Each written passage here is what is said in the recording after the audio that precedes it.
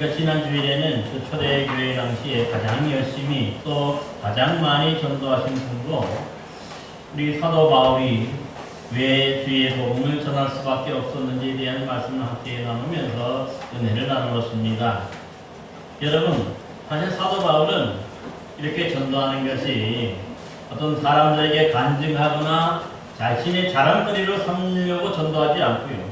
또한 해도 그만 안 해도 그만이 아니라 부득불할 일, 즉 어떠한 일이 있어도 반드시 감당해야만 했던 그런 일로 여겼던 것입니다. 또한 사도 바울 자신이 이 복음을 전하지 않는 것 자체를 하나님께 대한 또한 불신앙으로 여겼기에 그 하나님에 대한 믿음으로 그 표시하는 것이 바로 우리 주님 오시는 날 심판을 받아 화를 받지 않으려고 또 열심히 그렇게 전도하였던 것도 볼 수가 있습니다. 또한 이 바울은 이 복음 전하는 것을 하나님 나라에서 어떤 상을 받기 위해서 하는 것이 아닌 우리 주님 예수님께서 명령하신 것이기 때문에 자신의 한 목숨 바쳐서 감당해야 하는 큰 사명으로 여겼기 때문에 우리가 또 이렇게 열심히 전도했다 하는 것을 말씀을 드렸습니다. 이제 오늘 말씀은요, 지난 주일에 이어진 말씀인데 우리 신앙인들이 어떻게 그러면 주의 복음을 구체적으로 전해야 하는가 하는 그 방법에 대한 말씀을 오늘 우리에게 주시고 있습니다. 여러분, 사도 바울은 당시에 이스라엘에서 사실 제일 유명한 랍비였던 이 감말리엘이라는 사람으로부터 당시 최고의 학문을 배우고 익힌 정통 유대인이었고요. 또한 당시에 이 사도 바울은 그 사람들 중에서 가장 큰 권력을 가졌던 사내들인 공회의 의원 중에 한 명이었어요. 요즘에 그러니까 우리나라로 말한다면 국회의원 정도 되는 그런 권력을 가진 사람. 뿐만 아니라 이 바울 당시는 당시에는 이 신분제 사회였는데요. 그러기에 이 노예 대부분의 속국의 사람들, 식민지 사람들은 노예였어요. 그러나 이 바울은 태어나면서부터 로마 시민권자로서 그 로마 시민권으로서 이 누릴 수 있는 게 엄청나게 많아요. 그러나 뭡니까? 모든 것을 누리고 함부로 어떤 사람들 할 수 없는 그러한 사람이었음을 또한 볼 수도 있고요. 또 이 신앙적으로도 볼 때는요, 그가 이 대제사장이나 이런 사람들과 아주 친분이 많았던 그러한 사람이기도 합니다. 여러분, 그래서 이 다메섹에 그 예수 믿는 사람들을 잡으러 갈 때에도 보면요, 이 제사장들에게 그 공문을 받아서 갈 정도로 이쪽으로 열심히 했던 사람인 것도 볼 수가 있고요. 뿐만 아닙니다. 그 당시에 이 국제어였던 이 헬라어에도 아주 능통했고, 이 히브리어에도 능통했고, 또 당시에 그 서민들이 보통 사용했던 그 아람어에도 상당히 능통했던 그야말로 이 모든 것을 골고루 갖춘 그런 사람들이었어요. 그러니까 남들은 이 중에 어느 하나만 가지고 있어도 큰 권력이나 큰 힘과 큰 능력으로 삼았는데, 당시 이런 뭡니까? 보통 사람으로 가질 수 없는 그 모든 권력과 모든 능력과 힘을 가지고 있었던 어마어마한 사람인 것을 볼 수 있어요. 그러기에 좀 더 그 어떤 것에서 속박되지 않고 또 뭡니까? 하고 싶은 것 마음대로 하면서 할 수 있는 그런 권력가였던 것도 볼 수가 있습니다. 근데 오늘 본문에 보니까 사도 바울은요, 예수 믿고 난 다음에 이 모든 것들 다 배설물처럼 버렸다고 얘기해요. 이 배설물처럼 버리고 스스로 자원하여서 다른 사람들을 섬기는 종이 되었다고 그렇게 오늘 말씀하고 있어요. 여러분, 왜 이렇게 좋은 것들을 하루아침에 다 버리고 왜 그 다른 사람들을 섬기는 종이 되어야만 할까요? 여러분 잘 아는 대로 이 종이라 하는 말의 뜻에 보면은요, 당시에는 보면은 주인에게 속한 하나의 재산 정도로 여겨졌던 그런 사람이고, 또 주인이 시키는 일만 그렇게 무조건 해야 되는 그런 사람이었고, 그래서 자유가 없는 속박된 그런 사람입니다. 그런데 바울은 그런 것을 알면서도 스스로가 모든 사람들의 종이 되었다 그렇게 표현하는데 왜 그랬을까요? 사실 어마어마한 것들 모든 권력과 힘을 누릴 수는 있지만 그런 것들을 다 포기하고 모든 사람들의 종이 된 이유가 있어요.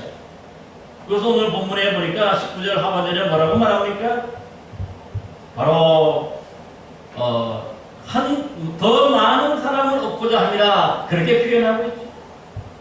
뭔가 그러니까 더 많은 사람들을 전도하고 더 많은 사람들을 우리 예수님께로 인도하기 위해서 스스로 종이 되었다 그렇게 말씀합니다. 사실 이 바울은 원래는 예수님께 속한 그런 예수님의 종으로 그렇게 부름받은 사람이 그래서 그리스도의 종이라고 했던 사람이죠. 근데 그러니까 예수님의 말씀에 순종하는 그런 사람인데도 불구하고 또 오늘 한편은 뭐라고 얘기합니까? 많은 사람들의 종이 됐다 그렇게 표현을 해요. 그러니까 예수님에게만 종이 아니라 다른 사람에게도 똑같이 그렇게 또 순종하는 또 섬기는 그런 사람이 되었다 하는 뜻을 오늘 볼 수가 있습니다. 그만큼 뭡니까?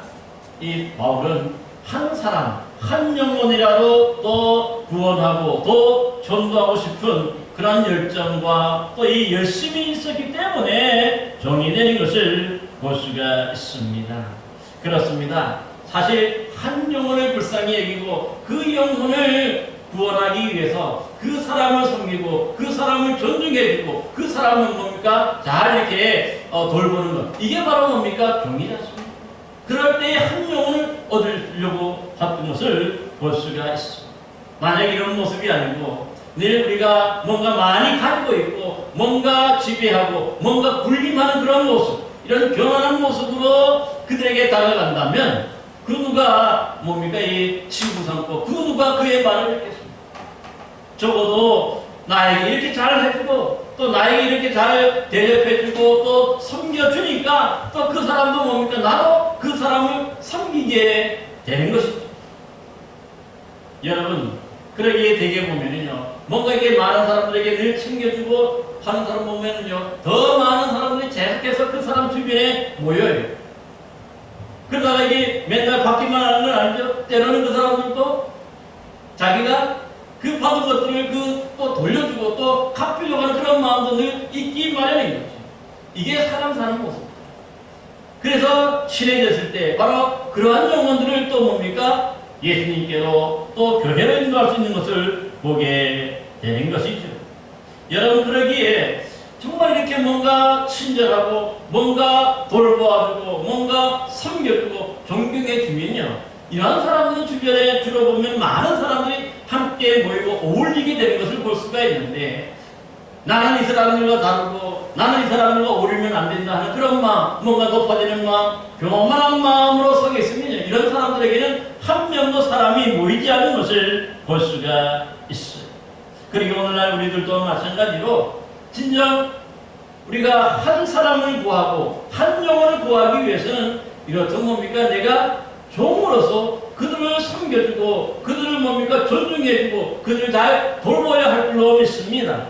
그런 사람들에게 왜냐하면 이 전도 대상자들이 죽기 마련이기 때문에 그러는 것입니다. 그러게 혹여 요즘에 보면 우리가 주변에 나는 이렇게 전도하고 싶은데 보면 전도할 사람도 없고 보면 내게 사람이 붙지를 않아요. 오히려 붙어있던 사람도 좀 시간이 지나면 뭡니까? 한 명, 두 명 떠나고 다 뭡니까? 나를 떠나고 싫어하는 사람이 있다면요. 내 스스로 생각해 봐야 될 것은 뭡니까? 내가 이 사람들을 대접받으려고만 했고 오히려 이 사람들 섬기지 못하고 또 이 사람들은 뭡니까? 잘 돌봐주지 못했다 하는 그러한 것을 생각하면 틀림없을 거라고 생각합니다. 그러나 그렇기 때문에 뭡니까? 이러한 모습이 있다면 우리가 회개하고 돌이켜서 그 영혼을 사랑하는 마음, 그 영혼을 불쌍히 여기는 마음으로 그들을 존중해주고 잘 섬겨야 할 줄로 믿습니다. 이러한 사람들에게 사람이 모이고요. 이러한 사람에게 사람이 붙게 되고 그래서 결국은 뭡니까? 전도할 수 있게 되는 것이죠. 사랑하는 성도 여러분, 오늘 이 바울도 그 많은 것들을 가지고 있었지만 이런 것들을 내세우지 않고 오히려 포기하고 한 영혼을 구원하는 것이 그의 삶의 최우선이었고 그것이 바로 우리 주님 예수님께 순종하는 일이기 때문에 자신의 모든 것들을 포기하고 다른 사람들에게도 종이 되어서 또 섬기고 또 그들을 존중해주고 또 위로해줌으로써 귀하고 많은 사람들을 이 구원한 것처럼 오늘 우리들도 이런 종의 모습으로 섬기는 여러분 되시기를 간절히 기원합니다. 이제 오늘 여러분 본문 20절, 22절 말씀을 보시기 바랍니다. 여러분 사도 바울이 이제 많은 사람을 구원하고자 하는 그런 열심과 열정이 있으니까 스스로 종이 되었는데요. 그래서 스스로 종이 되어서 어떻게 전도하고 어떻게 그들에게 복음을 전하고 있습니까? 이 말씀은 바로 뭐냐면 바로 우리가 어떻게 전도해야 하는지 하는 그 전도하는 방법에 대한 말씀인 것을 볼 수가 있어요. 오늘 본문에 보니까 사도 바울은 더 많은 영혼을 구원하기 위해서 이 뜨거운 열정과 열심이 있으니까 마치 이 카멜론처럼 한 사람 한 사람에게 지금 맞춰주고 있는 것을 볼 수가 있어요. 구체적으로는 뭐라고 말합니까? 내가 유대인에게는 유대인처럼 되고 또 율법 아래에 있는 자들에게는 율법 아래에 있는 자들 같이 되고 율법 없는 자들에게는 내가 율법 없는 자 같이 되고 내가 약한 자들에게는 내가 약한 자 같이 되었다. 그렇게 말하고 있습니다. 참 중요한 말씀입니다. 사실 여러분이 초대교회에서 이 바울이 주로 많이 전도했던 사람들이 1순위가 뭐냐면 유대인들이었어요. 그래서 가는 곳마다 보면 항상 보면 이 바울이 어디에 가냐면요 회당 주변에 유대인 회당은 유대인 10가정만 있으면 바로 이 회당을 세웠기 때문에 늘 거기에 모이고 늘 거기에 함께 했거든요. 그래서 이 고린도에 갔을 때라든가 다른 데 갔을 때 보면 이 회당 주변으로 더 가까이 가요. 그래서 거기서 예배도 드리면서 함께 그들에게 뭡니까? 바로 초청해서 예수 그리스도를 전파하고 예수 그리스도를 가르쳤던 것을 보게 되는 것이죠. 여러분 그러기에 여기서 놀라운 일이 하나 있는데 뭐냐면 잘 아는 대로 이 유대인들 전도하기 위해서는 뭡니까? 이방인이 유대인들을 전도하지 못합니다. 왜 그럴까요? 사실 이 이방인들은요 유대인들이 생각할 때 이 이방인들은 불결한 사람들, 버림받은 사람들, 구원받지 못한 사람들이 아주 낙인을 찍어버리잖아요. 그러기에 어찌 보면 이 유대인의 율법에 보면은 어떻습니까? 이방인들과 만나고 이방인들과 대화하고 이방인들과 뭔가 함께 음식을 먹는 것 자체를 죄인으로 취급했어요. 그래서 가지 못하게 막은 거죠. 그러니까 보세요. 이 유대인이 그만큼 이게 뭡니까? 아주 독특한 선민의식이 있는데 그러다 보니까 당연히 이 유대인들이라면요 이 이방인이라면 그들에게 전도할 수 없는 것이죠. 그들을 만나러 들지 않기 때문에.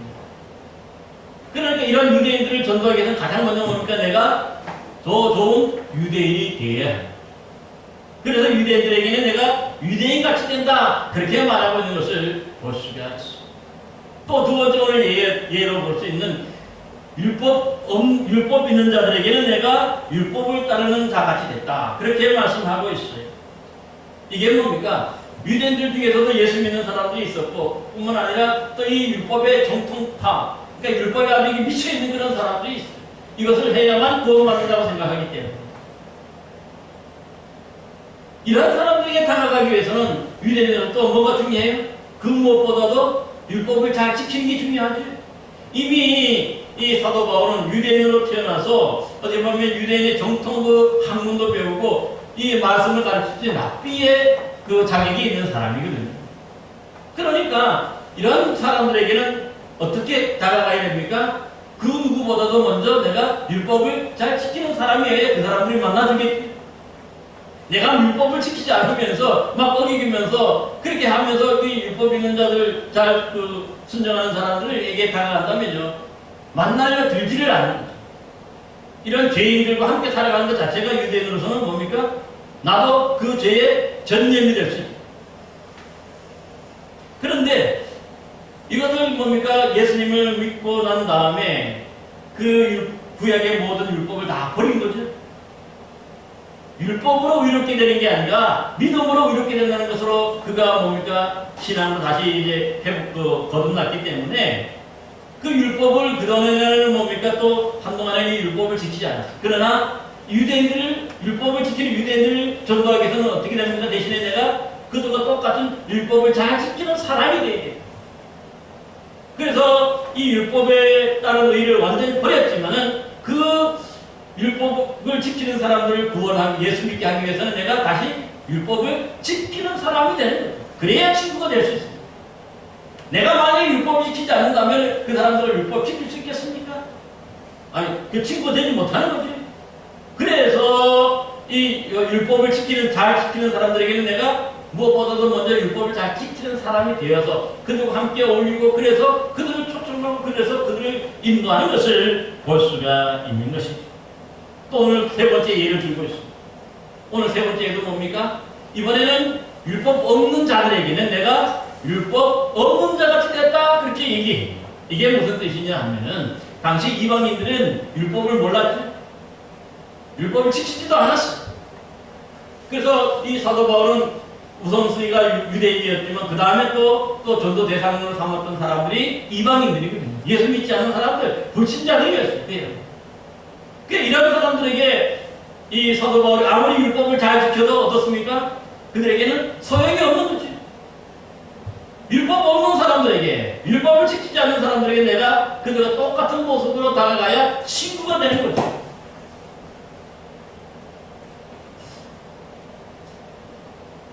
여러분에게 보면은요, 한 가지 예를 들면 그런 거죠.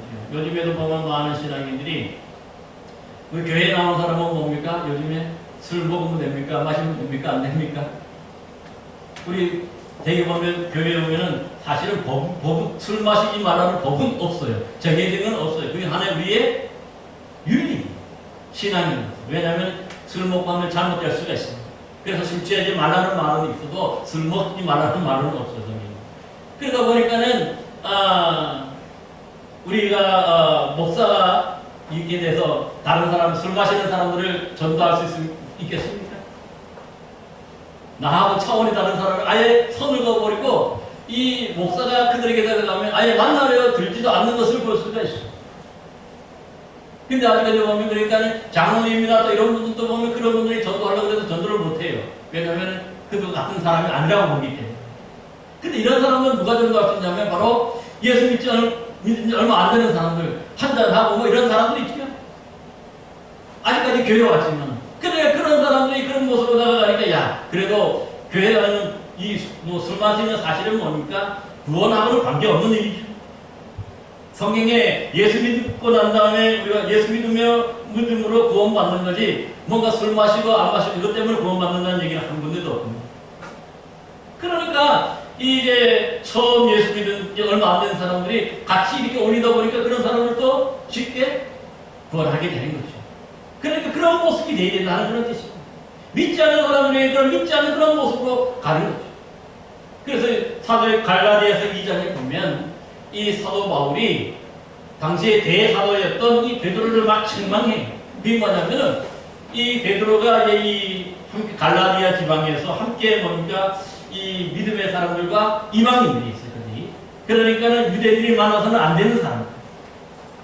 그럼에도 불구하고 복음으로 말미암아 또 한 형제고 한 자매라고 하기 때문에 그들과 함께 이 믿음으로 구원받는다는 그 확신이 있었기 때문에 그들과 함께 뭡니까? 어울리고 함께 식사도 했어요. 그런데 문제는 뭐냐면 이 예루살렘에서 내려온 할례파, 율법을 지키고 율법을 고사하는 사람들이 있었어요. 그러니까 그런 사람들이 볼 때는 뭡니까? 이 유대인인 베드로가 이 이방인들과 함께 어울리고 함께 식사한다? 어떻습니까? 이거는 율법을 어기는 일이 되거든요. 그래서 이 갈라디아서 1장에 보면은 이 이방인들과 함께 믿음으로 잘 어울려 먹다가 또 할례파 유대인들이 내려오는 또 들어오는 걸 보면 뭡니까? 도망가요. 피해요. 그래서 사도 바울이 어떻게 믿음으로 구원받는 것, 예수 그리스도를 믿음으로 말미암아 구원받는 이것을 그렇게 가르치면서 그 할례파가 내려온다고 도망간다고 하면은 이 사람들이 부끄러워하지 않겠냐? 결국은 뭡니까? 그들 구원해서 그들과 똑같은 사람이 되는 거죠. 함께 어울리고 함께 먹고 함께 마실 때에 뭡니까? 그래야 그들을 구원할 수가 있거든요. 우리 주님 예수님도 우리가 누가복음에 살펴봤지만은요, 이 세리나 죄인들은 당시에 만나면 안 되는 사람이에요. 왜냐하면은 그 죄가 나에게도 전염이 된다고 보기 때문에. 근데 예수님의 별명이 뭐죠? 세리의 친구라 그리고, 그죠? 장기들의 친구라고 얘기하고 또 먹고 마시는 자들의 친구라고 얘기해요. 그러니까 예수님 당신도 보면은요, 당연히 그들과는 만나면 안 됐어요. 예수님 자체도 유대인이시죠. 그럼에도 불구하고 예수님이 그들 세리들과 창기들과 죄인들과 어울리고 먹고 마시는 자를 함께 있는 이유가 뭐죠? 그들을 구원하기 위해서입니다. 만약에 예수님이 그런 자리에 가지 않으신다면 어떻게 그런 죄인들을 구원할 수가 있겠습니까? 그러기에 어찌 보면은 세리가 베푸는 잔치는 아예 가지도 않았는데, 예수님은 잘 아는 대로 지난번에도 레위가 초청하는 자기 집에 초청해서 가서 거기서 함께 먹고 마시죠. 그러자 그때도 역시 이 예루살렘에 내려온 서기관과 이 율법사들, 바리새인들이 왜 죄인들과 함께 먹고 마시냐 그렇게 질문했던 것도 볼 수가 있는 것이죠. 그렇습니다. 우리가 뭔가 한 영혼을 구하려고 하면요, 그 죄인의 자리에 내려가야 됩니다. 그 사람들과 함께 어울려야 됩니다. 그럴 때 그 사람들의 나의 전도 대상자가 되고, 그래서 그들을 구원할 수가 있게 되는 것이죠. 그래서 오늘 보니까 이 율법 없는 사람들, 이방인들에게는, 불신자들에게는 그들의 모습과 같은 모습과 함께 어울리는 것을 볼 수가 있습니다. 또 오늘 네 번째 예는 뭡니까? 약한 자들에게는 약한 자가 같이 되었다고 얘기해요. 사실 바울은 약한 자가 아닙니다. 아까 말했지만 모든 것들을 어떻게 보면 다 학문을 배우고 익히고 권력도 가지고 있는 어떻게 보면 강한 자 중에 강한 자지. 그런데 여기서 말하는 약한 자라는 건 일반적인 서민들, 힘도 없고 능력도 없고 부족한 사람들, 이런 사람들이거든요. 그러니까 그런 사람들에게는 뭡니까? 내가 국회의원 모습으로 나가고, 내가 법률가의 모습으로 나가고, 내가 랍비의 모습으로 나가면 그런 사람들과 만날 수 있겠습니까? 다 도망가잖아요. 저 사람들 앞에 내가 설 수 없어 하는 것과 똑같은.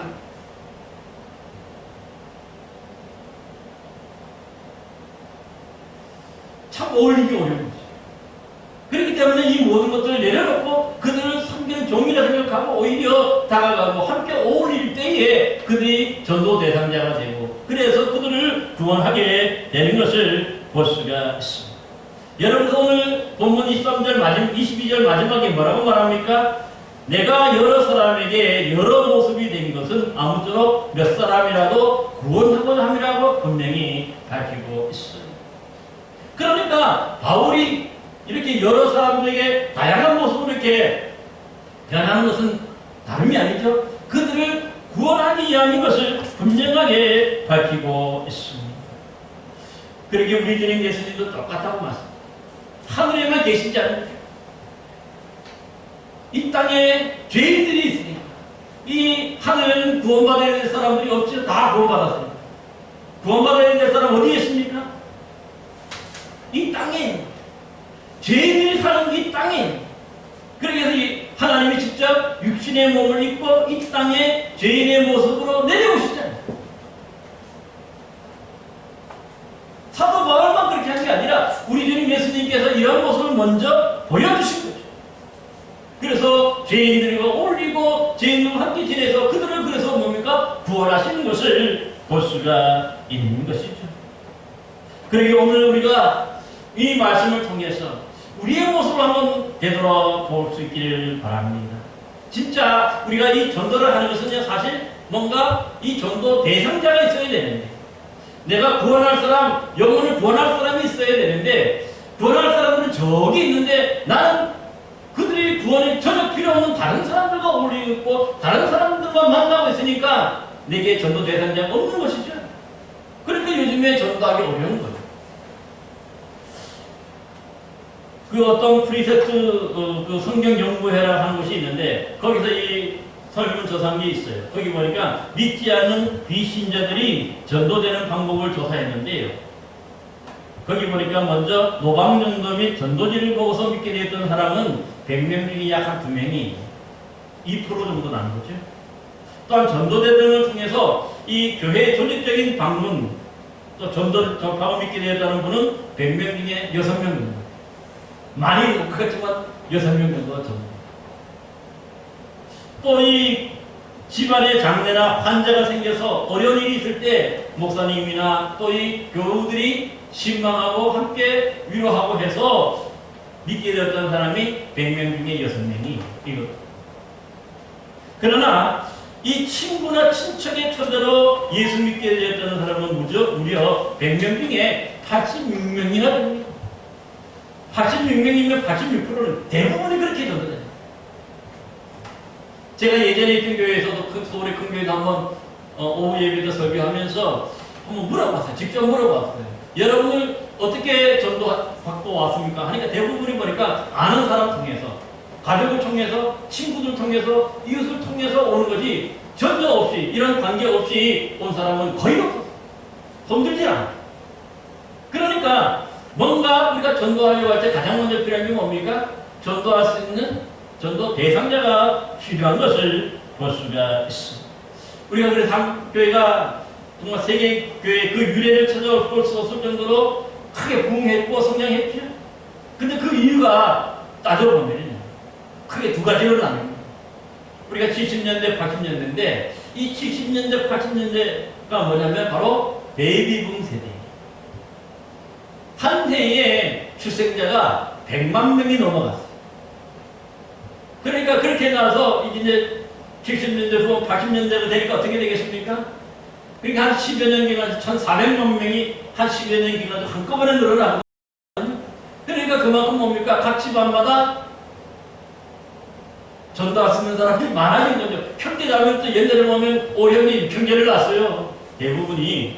그러니까 내가 전도받고 전도 이제 하려고 그러면 내 가족은 뭡니까? 더 많은 사람 10명 이상이 되니까 그만큼 뭡니까? 전도 대상자가 많았어요. 가족들 먼저 데려나오고 그 다음에 또 친구들 데려나오고 그렇게 되는 거죠. 근데 요즘에 보면 어떻습니까?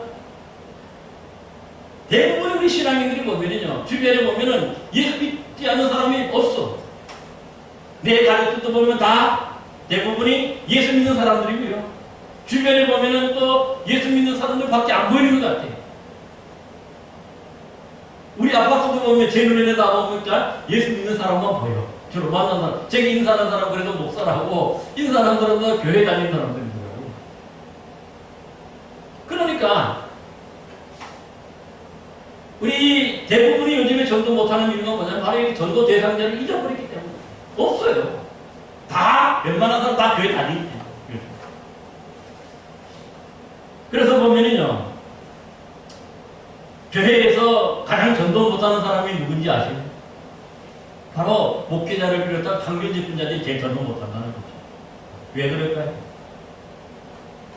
여러분 목회자를 우리 정 목사님, 장로님, 권사님들 보면요, 정말 주변에 보면 다 예수 믿는 사람밖에 없어. 가족들도 보면 다 교회 다니고, 웬만한 친구들도 보면 다 교회 다니고, 예? 보면은 또 여러분 또 그리고 누구만 만납니까? 주로 만나는 사람이 교회들만 만나잖아요. 그러다 보니까 이 교인들 외에 내가 전도할 수 있는 사람, 전도 대상자가 없잖아요. 없어요. 그러다 보니까 전도할 수가 없는 거죠. 교회에서 아무리 전도하라 그래도 그러니까 전도 못하는 게 바로 여기에요. 그래서 점점 심해지는 게 어려워서 그럴 수도 있지만 우리 교인들끼리만 친해지고 교인들끼리만 사랑하고 교인들끼리만 이렇게 하니까 결국은 뭡니까? 우리가 아예 이 믿지 않는 사람들과는 담을 쌓아요. 그 사람들을 만나려고 하지 않으니까 점점 가면 갈수록 더 전도하기가 어렵고 힘든 것을 볼 수가 있습니다. 근데 여러분, 교회에서 전도 제일 잘하는 사람 누군지 아십니까? 사실은요, 등록한 지 3년 이내의 사람들이라고 보통 통계적으로 얘기해요. 왜 그럴까요? 예수 믿기 시작하고 교회 등록한 지 3년 이내라면 아직까지 세상에 끈이 많이 남아있죠. 오히려 술 먹던 친구들, 뭐 같이 어울려 다니던 친구들 더 많이 있어. 뭐 여기저기 같이 어울려 다니는 친구들이 믿지 않는 사람 더 많은 거예요. 그러니까 그런 사람들이 보니까는 뭡니까? 복음에 대한 확신은 없어도 전도 대상자가 많으니까 이런저런 일이 있을 때 전도할 수가 있게 되는 것을 볼 수가 있습니다. 그러게 오늘 우리 신앙인들이, 우리 교회 다니는 사람들이 한 가지 과제가 뭐냐면요. 우리 믿음의 사람들끼리만 사랑하고 믿음의 사람들끼리만 전도해서는 아니 뭡니까 교제해서는 안 된다는 거죠. 이웃사랑이 사실 우리 교인들만 아니라 주님이 말씀하는 이웃사랑의 대상은 뭐냐면 믿지 않는 불신자들까지도 포함하는 거예요. 그것이 넓어져야 되는 거죠. 더 많은 사람들을 이렇게 막 사귀고 더 많은 사람을 만나야 되는 거죠. 그래서 이렇게 보면은 우리 신앙인들이 이 믿지 않는 사회에 더 열심히 파고들어야 돼요. 그래서 어떤 성도들을 보니까 이 바쁜 생활 와중에도 보면은 자신의 자녀가 다니는 초등학교의 학부모회에 스스로 적극적으로 참여해 일원이 되고 또 회장을 하고 그런 분도 봤어요. 왜 그렇게 하냐고 그러니까 그래서 뭡니까 한 1년, 2년 같이 다니자고 올리다 보니까 그 사람들 예수 믿지 않는 사람 알게 되죠. 그 거기 보니까 또 뭡니까 함께 그 사람을 데리고 우르르 데리고 교회로 오는 경우를 봤어요. 제가 직접 경험해봤어요. 이분은 그러니까 그게 신난 거예요. 아, 내가 이렇게 그냥 가만히 있는 것보다 학부모에서 뭔가 회정을 하고 하니까 명함도 있으니까 가자 그러면 같이 가고 뭡니까 식당 같은 데도 뭐 밥 먹으러 한번 사준다 그러니까 다 우르르 몰려온다는 거예요. 그러면서 뭐 합니까? 그렇게 사귀고 가서 결국 뭐 전도 대상자로 삼아서 교회를 인도하는 것을 보았어요. 또 어떤 성도들은 보니까 이 바쁜 와중 속에서도 시간을 내어서 이런저런 사회단체, 봉사단체에 참여해서 적극적으로 봉사하시는 분들도 있습니다. 왜 그럴까요? 그 이유가 뭐냐면 거기 가니까 그 믿지 않는 사람들을 만날 수 있겠다는 거죠. 거기 가니까 믿지 않은 그 사람들, 불친 사람들을 만나니까 또 그들은 전도 대상자가 되고 그래서 한 1년, 2년 사귀다가 또 뭔가 교회로 인도하고 그렇게 하는 사람들도 있는 것을 볼 수가 있습니다. 여러분 전도 잘하는 사람들이 괜히 잘하는 게 아닙니다. 이런 일들 참 잘하는 사람들이 전도하는 것을 볼 수가 있습니다. 여러분 그래서 저도 미국에 있을 때도 어떤 일이 있냐면은 들어보면 미국에는 2번 전도해요. 교회에서 강론하는 게. 첫 번째가 뭐냐면 성탄절이에요. 성탄절은 그래도 다 예수님의 탄생하신다는 걸 다 알지. 그러니까 이 이분날 저녁에 그 뭡니까 주변의 사람들 한인들 다 초청해. 자기가 아는 사람 다 초청해서 파티를 열어요. 돈이 꽤 들어가요. 그러면서 그것이 몇 번이 거듭되니까 그 다음에 친해지죠. 또 바깥에서도 만나게 되는 거죠. 저도 갔을 때에 그래가지고 어떤 분들이 저를 초청하는 거예요. 목사님을 초청해서 함께 이렇게 하면 좋겠다. 그래서 사귀고 그래서 거기 안 다니는 사람들이 뭡니까 있을 때 교회를 인도하는 것을 볼 수가 있어요. 특별한 경우를 있을 뿐만 아니라. 그러니까 오늘 이런 것들이 필요한 거죠. 또 한 번은 뭐냐면 이 부활절인데 이 부활절이 되면 또 똑같아요. 부활절이면 예수님이 부활하는 것을 다 알고 그러니까 이 부활절 전 토요일이나 이럴 때 보면은 미리 집에 또 한번 파티를 하고 그리고는 그 사람들 초청해서 다 대접하고 하면서 또 뭡니까 개인적으로 또 함께 교회 가자고 그렇게 하고 그들에게 전도하는 것을 그러면 전도의 열매를 다른 그 어느 때보다 더 많이 맺게 되는 것을 볼 수가 있습니다. 그런데 여러분 이렇게 뭔가 우리가 믿지 않는 사람과 자꾸 어울리고 자꾸 만나고 초청하고 섬기고 이런 일도 하지 않고 여러분 전도 대상자가 있겠습니까? 가면가 속처럼 존재해요. 내가 전도하지 않으면 다른 사람이 전도해가 그래가지고 내 주변에 있는 사람 다 예수 믿는 사람밖에 없는 것을 볼 수가 있잖아요.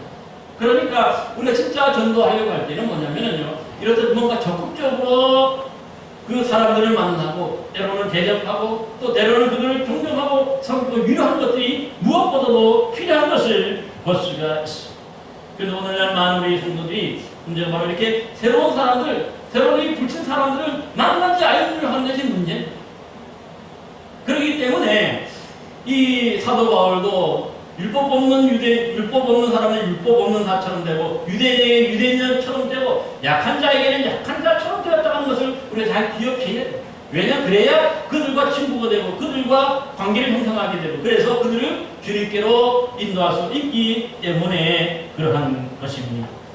사랑하는 성도 여러분, 요즘에 보면 21세기 사회 자체가 사실 이 정보통신의 발달로 대부분의 사람들이요 시간이 스마트폰을 보고 또 거기에 즐기는데 뭡니까 대부분의 시간을 많이 보내. 길 가면서도 그렇고 집에서도 누워있으면서도 텔레비전 요즘은 잘 안 보더라. 거의 이 스마트폰을 보고 살아. 그러다 보니까 이 관계가 많은 사람들이 단절돼요.